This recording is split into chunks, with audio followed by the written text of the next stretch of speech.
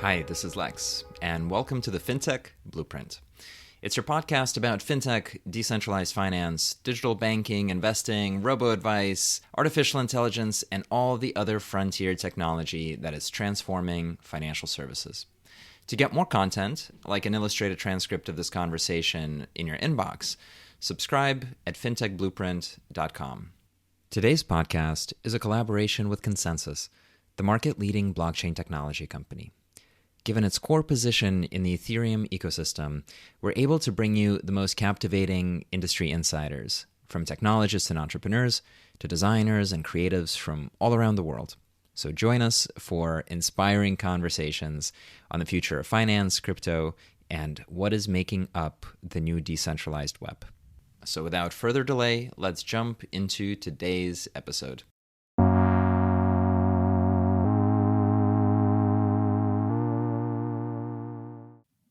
Welcome, everybody. I'm really excited for today's conversation with Mike Godsey, who's the general manager of Infura, the leading Web3 infrastructure provider. And we're going to have a super interesting conversation around the evolution of the space, what it means to create infrastructure for blockchain-based games, for blockchain-based finance, for all of it. And I'm super excited for this conversation. Mike, welcome to the podcast. Hey, Lex. Thanks. I enjoy pretty much all of our conversations, so very much looking forward to this. That's very kind of you. I'm gonna have to get really serious.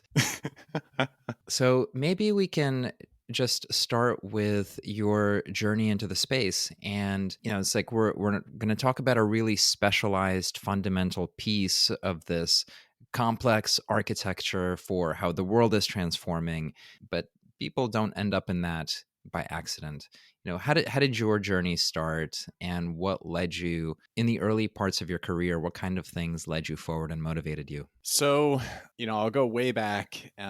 So my dad worked on software and all while I was growing up, and we were a computer family. And so we played games together. We explored all of the evolution of kind of home computing together. And that was, something really special to me growing up. And so, I have vivid memories of us getting our first modem and us getting our first CD-ROM and playing things like, the original Nintendo together. And this was really a family thing. It wasn't just me and my dad, or it was pretty much the whole unit. What was the computer that you remember most vividly? What was like your first family computer? The one that I remember most vividly, I don't know about most, I remember them all quite well, but the earliest one that I remember was a DOS-based, I think it was a Gateway. I don't completely remember. It was a DOS-based computer that we had in the living room. And I remember my dad would do like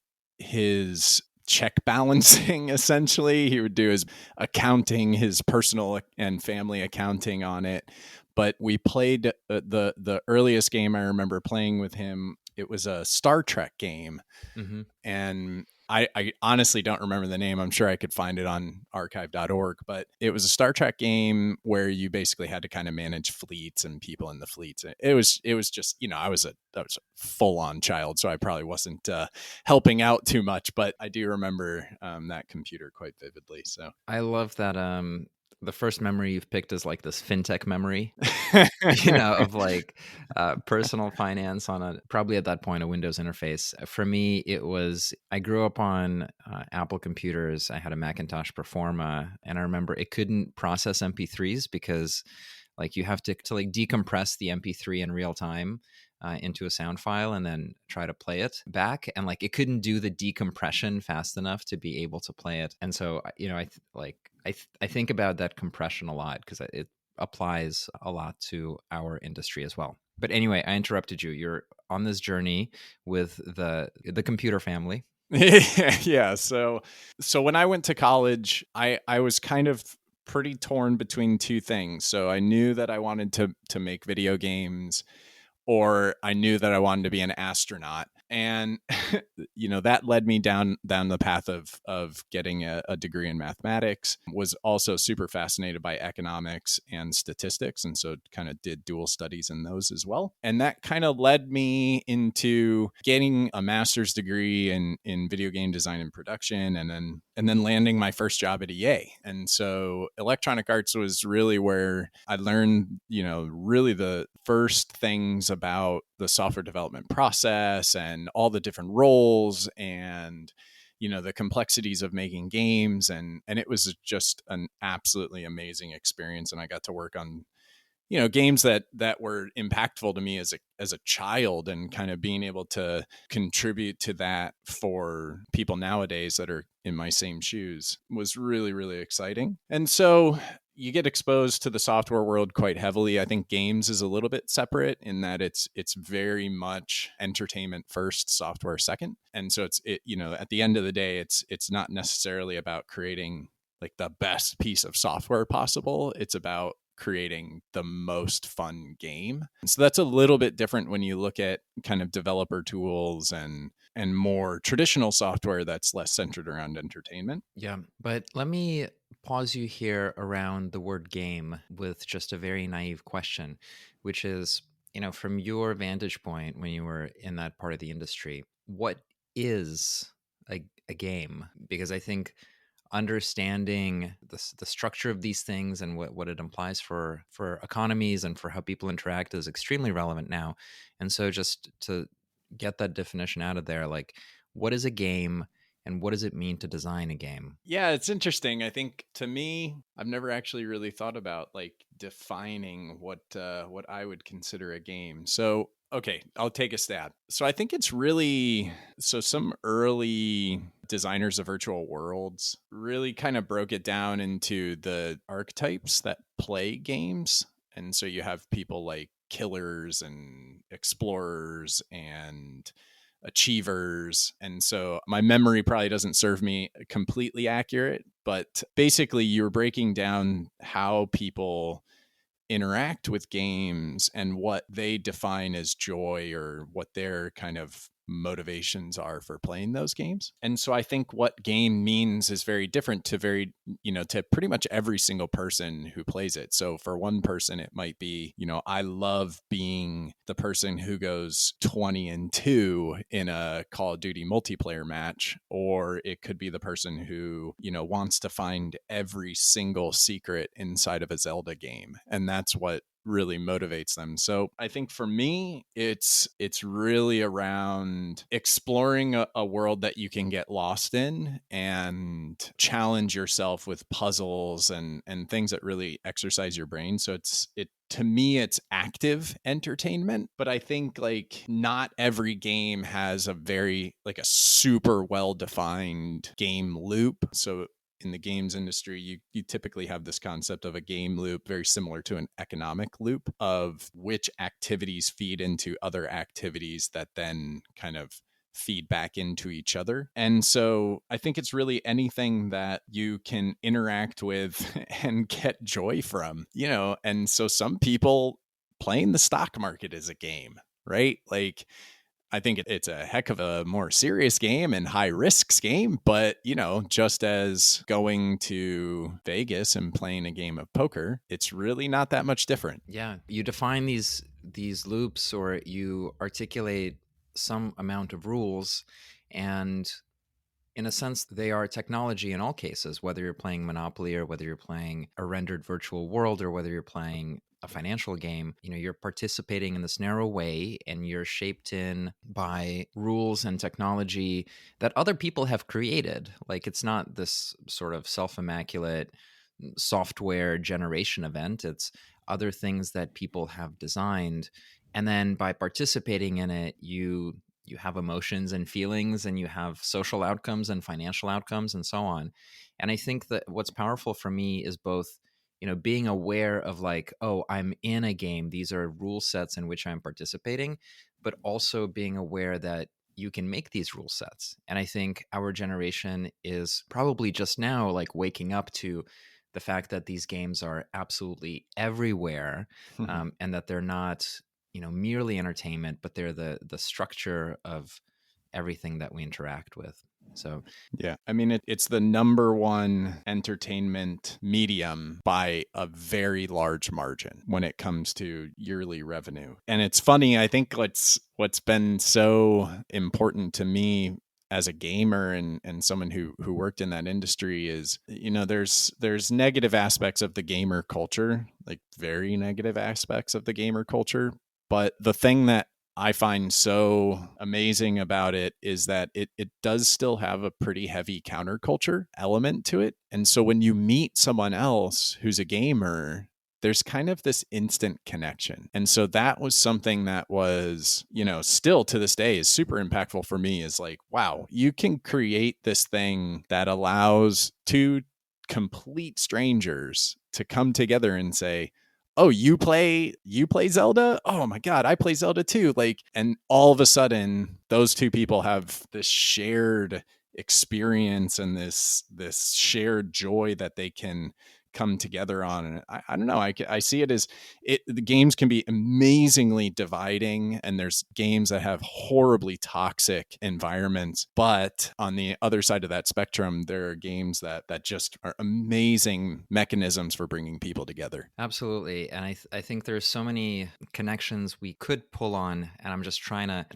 to not and get through the rest of your journey. But I do want to pin these ideas in the sense that, like, in the same way that you've got this cultural artifact about, we are the type of people that play Zelda, or I'm the type of person that plays Command and Conquer, or I'm the type of person who's really good at Monopoly.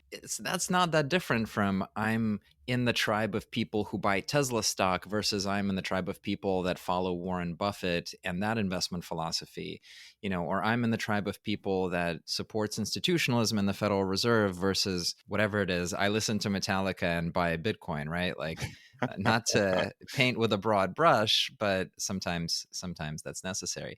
How do you think about the sort of the moment around memes and around the sort of like cultural splintering that's happening in the capital markets and in crypto? Like, do you see some of these analogies resonating? To a degree. So my journey in this technology has been really about the developers. And so I haven't been incredibly plugged into the markets, just because I think that where my brain goes with respects to new technologies and things like that is prove it. And I think that's exactly what developers are doing right now. And so I latched on very heavily to them as opposed to the markets and the capital signaling and things like that. I think over time I've gotten probably more interested in that.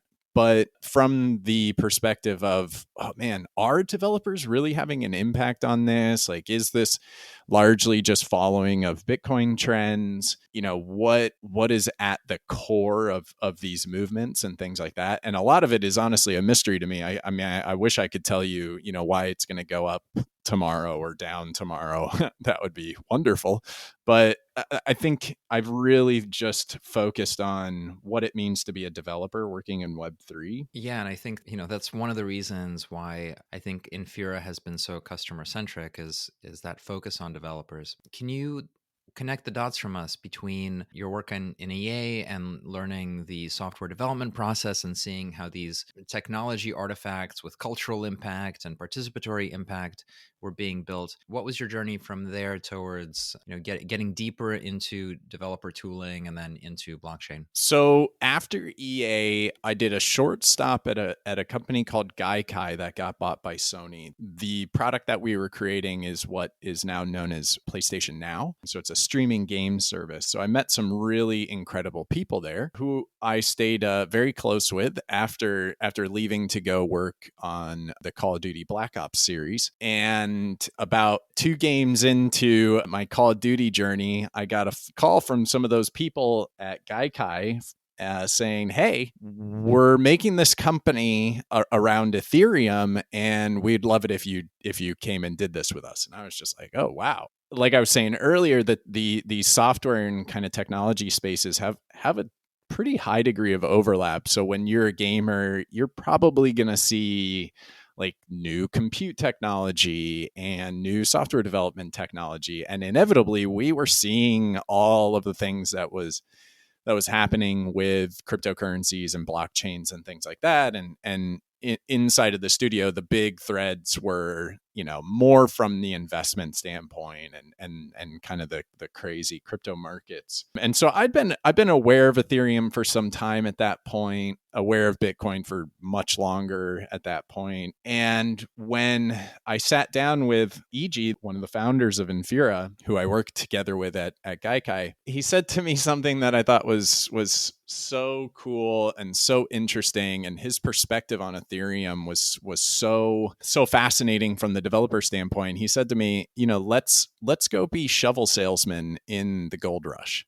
And I was like, okay, let's do it. And because it allowed us to go, you know what? I don't know what's going to happen with these markets. But what I do know is that this technology is really, really interesting. And if we can help people explore the potential and make it a reality that could potentially disrupt how we network with each other and how we manage relationships with each other through technology. It seemed like something that not only was it an amazing technology to start exploring and digging into, it was a startup with people that I just absolutely trusted and loved working with. And so I jumped in, and, I was the first kind of product person to join the team. It was basically a team of engineers, a designer, and me. And, we just had to make it work. And so there was a huge journey from what the product was when I joined to what it is now. And it's been incredible, to say the least. It was also a really unique moment in time, too, when the company was started, because some of the things that are obvious now were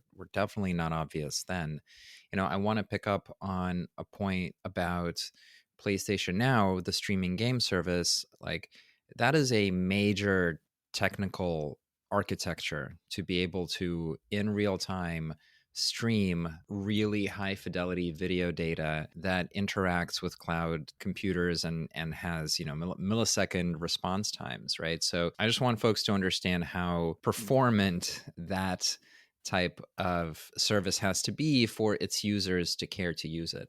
And so we switch into the computational blockchain world, and out in the wild, let's say 2016, 2017, there are lots of token projects promising lots of different things, and there's Ethereum. What exactly does an infrastructure like Infura do? Like, what's the purpose? Why do people need it? Can't they just connect into an Ethereum node themselves? So Ethereum and pretty much all blockchains work on a peer-to-peer network architecture. And so this peer-to-peer network architecture is, I think, what most people are familiar with is things like torrents. And so when you're a participant in a torrent, you have to run software on your computer that allows you to peer with the other people participating in that network. And so blockchains are no different. So every single participant needs a connection to the network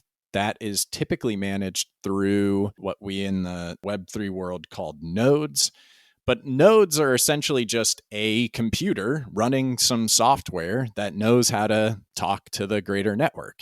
And so when it's talking to the greater network, it's saying, hey, I have these transactions, or hey, I have these blocks, or it might be receiving new blocks from other parts of the network and miners and things like that. And so the reality is the software and the servers, the complexity of the software and the server requirements you need to have an effective connection to that network is extremely expensive and complicated. And this is improving in some regards, but also getting more and more complex as time goes on. So as the state of the blockchain grows, the storage required for those servers grows. As the number of participants grows, the more transactions you have, the more state you have to manage. It becomes pretty burdensome. And I think, E.G. and the other founders really saw this architecture, saw the complexity of these ultra early clients, and basically said, well, ultimately you need to read write from it.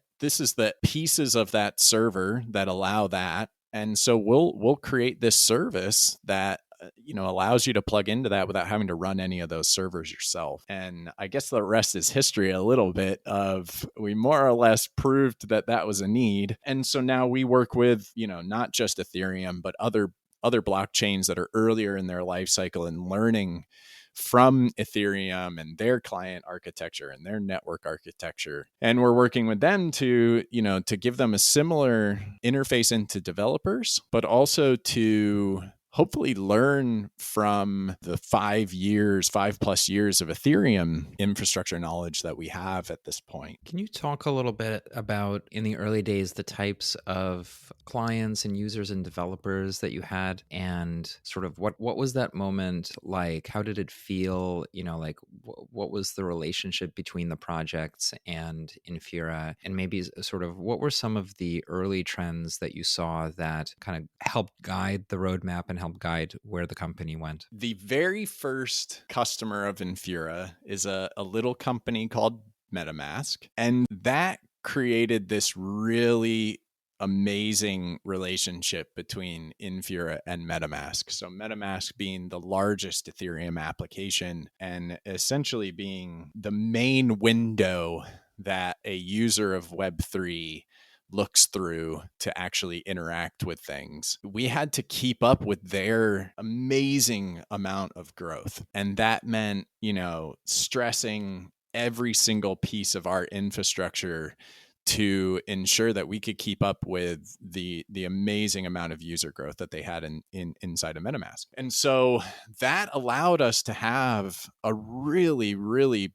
high performing scalable API very, very quickly. And so libraries and tutorials and all of these things that kind of brought new developers into the space were pointing at Infura. And so people were learning with us, and people are still learning with us. And this is actually a really cool time where we're still very heavily in the education life cycles phase of this technology. And so very early on, it was so important that we had essentially a fully free product that people could experiment with and test with. And what's so cool is that over these 5 years, these people that maybe sent us an email and were saying, hey, it'd be really great. Hey, I'm a student at this school and it'd be really great if I could have access to Ethereum through you. And we were like, oh yeah, of course, here you go. One little use case of that was the team that ended up creating Polygon. One of the founders of Polygon came to us while he was a student and basically said, hey, I can't afford your guys' entry tier, but I really want to experiment with this project that I've created. And we were like, yeah, no worries. Here you go. And that, 3 years later is a multi-billion-dollar blockchain protocol that is providing an amazing amount of value to the ecosystem. And so not only has it been just an amazing journey to see all of these companies grow, but I think early on, we just looked at it as this is a tool for people to learn on and experiment with. Over time, as people started to build these really successful products on top of this, we went, you know what? I think it's time to turn this into a premium product so that people can know that this is going to grow with them. And they don't have that worry of, oh, well, what if Infura disappears overnight because they can't afford this to run this infrastructure anymore? And so we wanted to share in their success without taking advantage of them. And so that's been a huge principle for us is we want to see these people succeed. We want them to have the best tools they can possibly have. And we want to be extremely fair about how we work with them from an economic standpoint. Yeah, I think for me, one of the things that really sticks out as part of the Infura story is that, through 2018 and 2019, when crypto assets and crypto builders were having a lot of trouble because everything was down and there was the maximum amount of doubt about this ecosystem, being able to generate value and economies and so on. Infura was a free tool for anybody to pick up and build on, like you say. And Polygon is $15-20 billion of value today, And so for me, this idea of being Web3 first and giving access to projects to help them get where they want to be.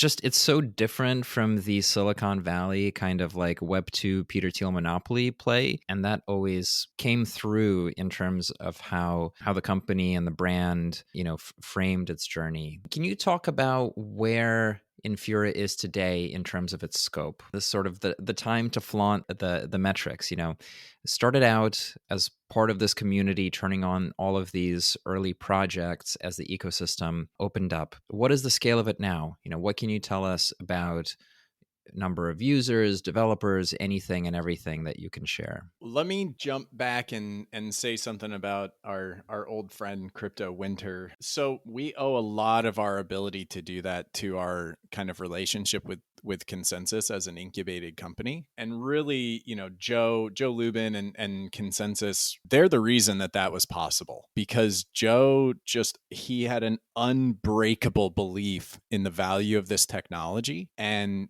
we were allowed to continue to operate and continue to give people this tool, because what was wild is that even though the price of these underlying markets was dropping at a fast rate and staying at these ultra low rates for this winter period, we saw no slowdown in the number of new developers coming onto the platform. And so we couldn't stop looking at this. It was this metric where you could overlay, the Ethereum price chart on our registrations or even our active developers. And there was just no slowdown on our side. And we were like, okay, there's something here. Like, people want this technology to succeed. And Joe and Consensus just believed so deeply that they spent a lot of money to kind of keep the lights on. And I think them doing that, yeah, it's been great for Consensus when you look kind of backwards and you see where we're at now. But it was amazingly impactful for the ecosystem. And I think if you look at what competitors were around back then, some have survived, some have not, and some have come into existence after that, basically riding on the proof points that we had created by saying that, yeah, this is something that people need, and we have to make it possible to experiment and explore this technology. And so huge shout out to Joe on his kind of foresight there. So where are we at now? We're on a monumental growth path. I think we are just unbelievably blown away by the new protocols and the value that they're bringing, the amount of developers that continue to onboard onto our platform every single day, the new use cases that we're seeing. It's just astonishing. And we're so fortunate to be in the position that we are, because we get to see these projects evolve, and we get to see like the most experimental use cases of this technology and help those people. We get to, that's something that we're obsessed with, is talking to our users and learning what are you trying to do? What problems are you having? Like, how can we help? And it's absolutely paying off, because I think we have built an immense amount of trust, but we've also built a tooling base that is just so valuable to people. And so the big things that are happening right now, and kind of the exciting things that are happening right now, obviously the merge to Ethereum proof of stake is really, really exciting. I think the fact that developers are going to be interacting with that for the first time next year is going to be a big challenge for everyone, infrastructure developers, all protocol developers, the whole bunch. But I think there's such a motivation to do it, and such a motivation for this to land, and what Ethereum is going to look like once that is behind us, I'm extremely excited about. But what else you're seeing is that people are starting to understand the data patterns for interacting with these blockchains. And what that's leading to is more efficient usage, better application user experiences. And it's allowing us to build tools that are much more tailored for the applications that developers are actually building. So we can move from ultra general, which will always have that core infrastructure that people can really, really rely on. But we can start to move into more abstracted APIs and use cases that allow people to get on board even faster as developers. And so that's going to be a really, really exciting development next year. Absolutely. When you see let's put some meat on the bones around the types of things you think are coming or that people are going to do more of. We started this conversation with like the idea of games and rendered worlds. We talked a little bit about the financial services that are blockchain powered. Like, how do you see that client base being expressed on Infura? And then how do you see sort of whether it's the software features of the product or whether it's sort of the ecosystem coming to the product? Like, what do you see as being some of the core focus areas for the team? The most obvious one of those is that DeFi isn't going anywhere.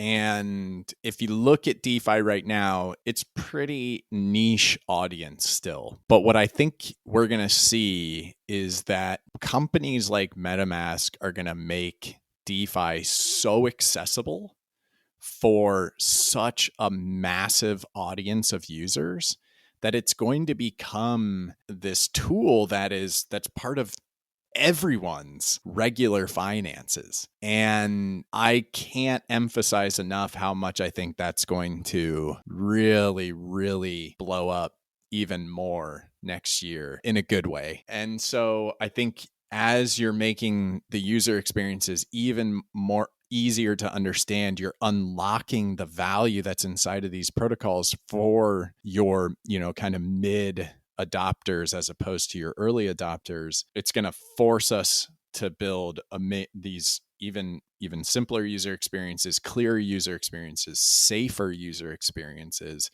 And I just don't think there's a team that's better positioned or more ecosystem aligned than the MetaMask group. And, we work so closely with them to ensure that they have the tools that they need to be successful. And then we can turn around and give those tools to the greater developer audience as well, which is really exciting. How do you think about trying to be careful not to say the word meta, but I think I have to, how do you think about the gaming trends and the NFT trends and sort of like all the stuff that the traditional tech companies are really excited about as it relates to the metaverse, and we see a number of the large gaming companies also starting to come in, like Ubisoft and others, trying to access some of this creative energy for the worlds that they create. How are you thinking about that direction? Games are a really interesting thing because I think, gamer audiences feel this massive attachment to the games that they play. And I think a lot of people can map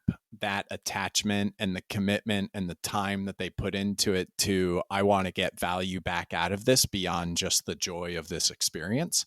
And I think that's a pretty interesting reaction that a lot of gamers are having. And I think it's sparking a lot of the engagement that, the game developers are having with Web3. NFTs, obviously a big element of that. If I can have a digital good and verifiable ownership of that digital good and verifiable control of that digital good, that opens up some really, really interesting mechanics for marketplaces and games and transferability in games. But at the end of the day, like, the developers have to really believe in this, and they have to make it accessible to the people, to their gamers. And that, I think, is where you're going to see the improvements, is the accessibility.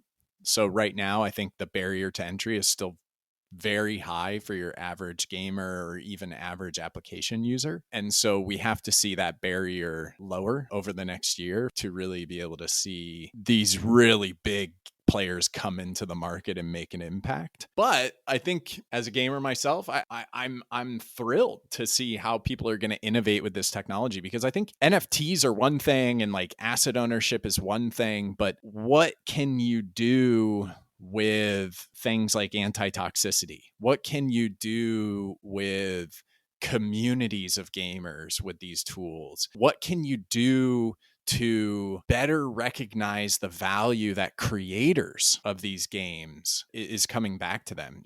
How can you make it fairer for the developers that are pouring their souls into these games and making sure that they really see their piece of that success? I think these are all really amazing concepts that some companies right now are digging into, but I'm not quite sure we've really scratched the surface yet on all the implications that this technology can have across entertainment mediums. Yeah, absolutely. And I think it takes a while for people to really sort of appreciate Web3 technology and the types of things that it replaces and the types of things it doesn't, right? So, to understand, for example, that for a metaverse asset like Decentraland, where you've got virtual worlds, you can have digital items and all that's anchored to blockchain, like for that to actually connect into Ethereum, there's an infrastructure layer provided by Infura that powers that. And as more and more of these kind of metaverse worlds click together, and as they become more functional, that leads to more developer activity and participation and so on. And then there's, of course, the other dimension, which is the networks to be supported. So we all lived in the Ethereum world for a while, and now it's the Web3 world. And so, we've got like the Palm chain, we've got Near, and all sorts of other chains that are integrated into a fabric that hundreds of thousands of developers are going to be able to use. So I think it's probably going to be a volatile 2020, but a 2022, but probably a very exciting one as well. Absolutely. I mean, that's what's fun about this, right? Like there's so many developments, weekly, daily, hourly, that it is hard to predict at this point. And I think that we need to treat this from an experimental lens. And that is, what's your hypothesis? Go and test it. If it's great, make it better. If it's not good, shut it down and move on to the next experiment, because that's where we are in this phase of the technology. Is we're still experimenting, we're still proving it out, we're still trying to understand how to build the best applications around it, and the markets don't impact that. And that is what's so cool about this space, is that the developers see the value and they see the ability to look at this and go, what experiences does this enable me to build that I couldn't build before? And I think that's what I've been saying this for, my entire time at Infura, and since I've been looking at this technology. I'm not quite sure that the very first really, really big use case, now you could argue DeFi is that already, but I'm not sure the most mass market use case is going to be something like a Web 2 thing on Web 3. I think it's going to be something you have no idea that you want. It doesn't exist right now, and it's going to only be possible because of the new architectures that this technology enables. And I can't wait for that thing where I go, I didn't even know that was possible. Absolutely. You have an incredible spirit of adventure and exploration, and it's been fantastic to hear your journey into the space, as well as some of the things that are getting built. If our listeners want to learn more about you or about Infura and Consensus, where should they go? Infura.io. Go and start playing around. We have free access on every single one of our tools. The barrier to entry is 0. So, experiment, talk to us, tell us what you need, tell us what you're trying to do, and we're here to help. Awesome, Mike. Thank you so much for joining the podcast today. Thanks, Lex. Always a pleasure. Hi, everyone. That's it for this week's episode of the FinTech Blueprint. For more technical deep dives into all things fintech and decentralized finance, check out fintechblueprint.com and grab a free subscription to the newsletter. This is Lex, and I'll see you next time.